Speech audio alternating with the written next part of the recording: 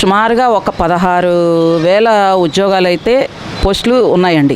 అవన్నీ కూడా ఎందుకంటే ఆ రోజున డిఎస్సి ఎగ్జామ్ రాసిన వాళ్ళు అయితే కనుక సుమారుగా 5 నుంచి 6 లక్షల మంది ఉన్నారండి రాష్ట్రంలో.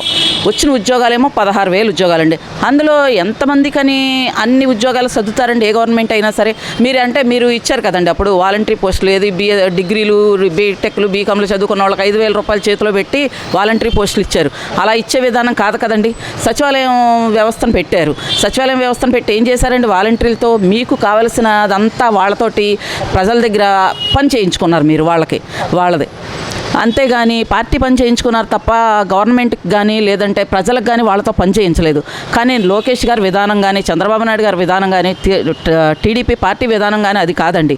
16,000 ఉద్యోగాలు రిలీజ్ అయితే అందులో ఎవరెవరు ఉన్నారు రాసిన వాళ్ళు సుమారుగా 5 నుంచి 6 లక్షల మంది రాశారండి ఎగ్జాము. అందులో ఎన్ని వేల మందికి చదువుతారండి. అంటే మీరు మీ పార్టీ ఉన్నప్పుడు కూడా అలాగే ఆ ఉద్యోగాలన్నీ అమ్ముకున్నారండి. మీరు వీళ్ళని విమర్శించడానికి ఉద్యోగస్తులు బాగానే ఉన్నారు. శాలరీలు తీసుకుంటున్న వాళ్ళకి పొట్టకొట్టాలన్నా ఇప్పుడు మీరు మెగా డిఎస్సీలో ఉద్యోగం పొంది శాలరీలు తీసుకుని అంతా ఆనందంగా ఉన్నారు. ఇంకా పోస్టులు ఇప్పుడు 10,000 పోస్టులు ఇంకా రిక్రూట్ చేశారండి.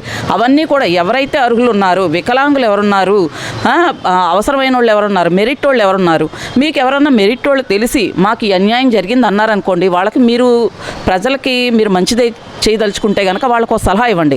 లోకేష్ గారు పార్టీ ఆఫీస్కి వెళ్ళమనండి. వాళ్ళు దేంట్లో మెరిట్టో ఒక్కసారి అక్కడ నిరూపించుకోమనండి, ఉద్యోగం తెచ్చుకోమనండి.